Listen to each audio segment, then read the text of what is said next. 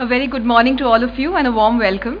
It's indeed a pleasure to be here on behalf of Microsoft, and thanks a lot to India for this honor for having us to present here.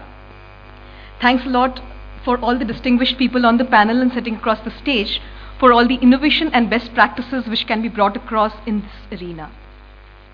I just want to set the stage by recapping something Bill Gates had said years back, as we know. It was a vision where he imagined a world where there was a desktop and a computer in every home. We treaded a long distance in that direction, and we have reached an area where internet became a reality, and now we have social computing and networking a thing of today. It's existing with every student, with every teacher, Facebook, Twitter, as we know it all. While that is one extreme, I think our challenge today, as we see it, is to help governments prioritize universal access, making it a basic right and not just a privilege. With that having been said, I come across to saying as to what does the impact of universal access really mean? What are the challenges that we are seeing? What are some of the credible outputs in areas where we can see a tangible difference if we kind of bring across these changes? Broadband and PC penetration, as we all know, drives development and growth. Some of the quick tangible outputs of that. The first thing is about student outcomes. A variety of studies which have been done across developing and developed countries such as US and India clearly show that if you kind of have a PC at home, the impact that it has on a child's learning is definitely much higher instead of just having a PC only in the school or else not having it at all. Impact on poverty levels, impact on the differences between have and have-nots, impact on issues and challenges get mitigated to a large extent if you have a digitally enabled way of learning at home. The second one is towards entrepreneurship and jobs. A study which was done by World Bank shows that in businesses which could be very, very basic in nature and non-enterprise also in a lot of times, the impact of an IC-enabled way of dealing with it improves the efficiency and profitability in excess of 5% than not having one. The third is an area of an economic growth. In a relative study which was done about 27 high-income countries and 66 developing countries, analysts found that a 1 percentage point increase in PC penetration can increase the number of total exports by 4.3 percentage points and increase exports from low-income countries to high-income countries by 3.8 percentage points. Clearly, this is a very quantum growth which comes across by incremental increases in the PC penetration level itself. So what do these results prove across to us? If you look at what has happened in the country in the last few years, three things stand out very, very prominently. The first one is towards content, making content which is relevant and inclusive. The second one is towards access, ensuring that you make access across to all kinds of rural areas, all kinds of developing areas in the country, homogeneous and ubiquitous. And the third is the device story.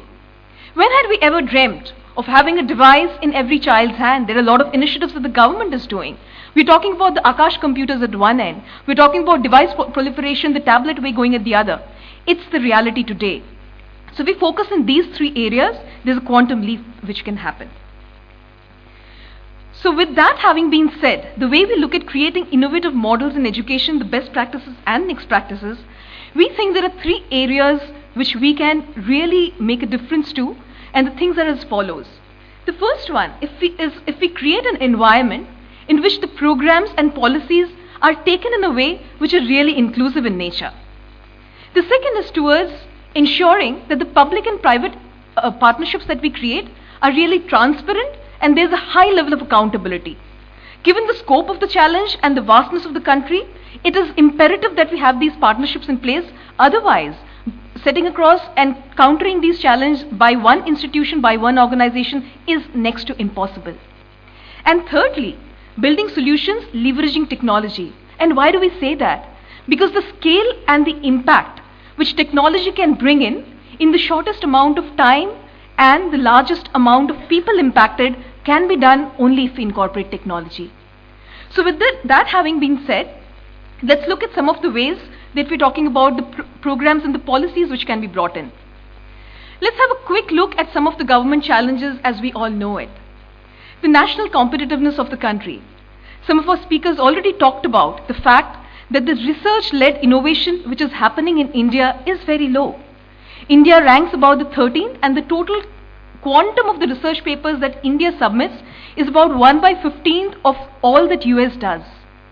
Again, in an overall arena, only 10% of our institutes are contributing to 80% of the research work which is going across, which leads across to the problem that about the students there's a mass exodus of students happening across to institutions abroad at a rate of about 24.5% CAGR. Can this be arrested? Again, most of the education streams are aligned towards arts, commerce and science. Engineering proliferation, etc. Can the quality be enhanced? These are some of the questions that we need to answer. Workforce development. All of us know that by 2020, the requirement in the global arena is about 47 million which is required, and India will have a surplus which is excess of that. But do we still have the skill set which is required by us to counter and provide that level of leadership in the global requirement? Thirdly, it's towards creating an environment of smart students by having 1:1 rich learning. Fourthly, an element of personalized learning, having the student learn what they really need to learn and pacing it according to the areas where they have a deficit in. And finally, the increment in percentage of high school and vocational students where it's minimal at this point of time. Secondly, coming to the areas towards what partnerships look like.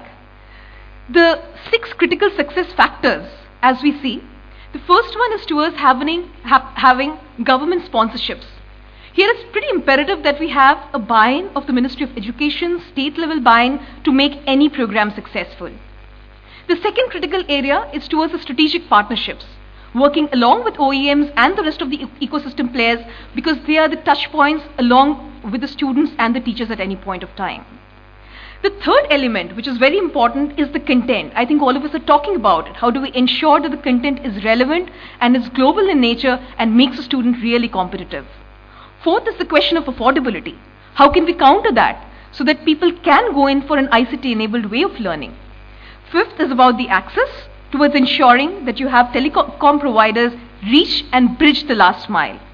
And finally, the local ICT providers to make any of these programs really successful. With that having been said, the aim remains towards creating solutions which enable students, educators and families in a technology aligned way. In Microsoft we call this Shape the Future, and this is something we call as a momentum wherein we work across with the entire ecosystem to create a well-aligned way of looking at the future and creating a vision wherein everybody has a stake and everybody gains from it. So with that having been said, one example of this that I wanted to put forth here was something that we did across in the country of Malaysia. We have these partnerships of this nature running in more than 200 projects across at this point of time. There are some of them that we have initiated in India as well. And just to give a flavor as to how this happens, the vision that was set across there was to create a digital access for all students and citizens in Malaysia by 2015. What was the situation at that point of time? Broadband penetration was minimal, and there was a huge amount of a digital divide between the haves and the have-nots. So the vision was to build a knowledge economy in the next economic plan. The solution came across by putting across netbooks for students and citizens, subsidized broadband usage, and the broadband penetration went up to about 95%, is supposed to go up to 95% by about 2015. So this is a consortia approach which happens by creating momentum around Shape the Future, and these are projects that we are very bullish about that if taken well can really make a difference, and this is an innovative step by which we see a large amount of impact happening in the country in the next few years. With that having been said, let me talk about a few other innovative programs that we are doing across in Microsoft India.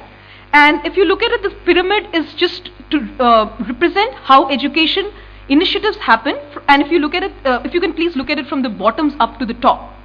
The first one is about technology access. So is everybody having an access to technology to really know as to what they need to go in through?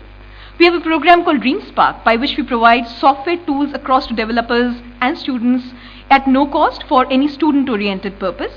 We also have Microsoft Partners in Learning, a program that we started in 2003, and through which we have created a huge, robust network of teachers in the public K-12 environment, by which we give across curriculum to them and teach them IT-enabled way of learning.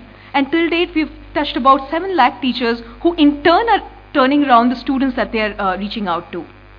The second is towards content and curriculum. How do you have rich content which is relevant across, made available to both students and teachers? The third, after you have the content, how do you demonstrate it? By having the right levels of skills and certifications. And we have a huge number of certifications which are provided by our partners, which are globally accepted and relevant. The fourth one is where I would like to spend a few minutes. It's towards internship support and innovation. One such program is iSpark, which we do across in the higher education space.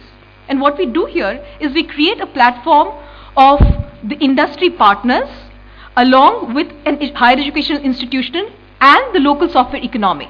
An example of this was something that we did across in BVR IT Hyderabad, where we got across the local software economy players to mentor students, provide across projects, and ensure that there is an element of entrepreneurship which is built across by students.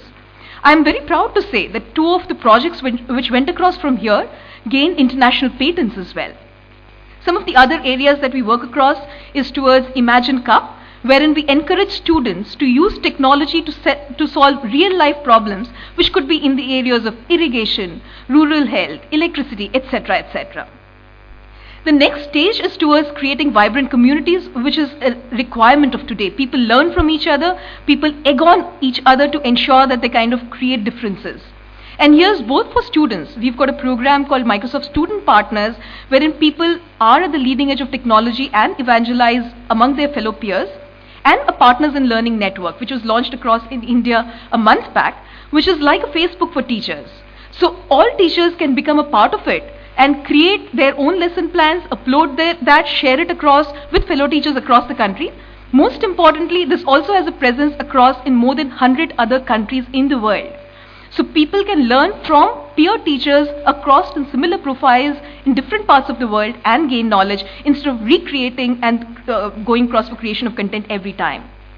And the final block is towards employability and skill development, wherein there are a lot of initiatives that we do, the focus being digital literacy plus an element of whatever might be required for that specific segment, such as spoken English, such as soft skills, such as domain skills. And these are things in which we work around with partners to ensure that an element of employability and skill building is brought across. And all these programs, the bottom rung is towards putting in an element of technology which is powering that. Some of the innovations that we've done specifically in the case of India is there's a huge plethora of shared computing related proliferation which is happening in public K-12 schools. So there's a technology called Multipoint which helps computing become very affordable. Another area that we go across for institutions is towards Live at Edu, which helps students and institutions go across for collaboration and messaging in a very, very affordable manner.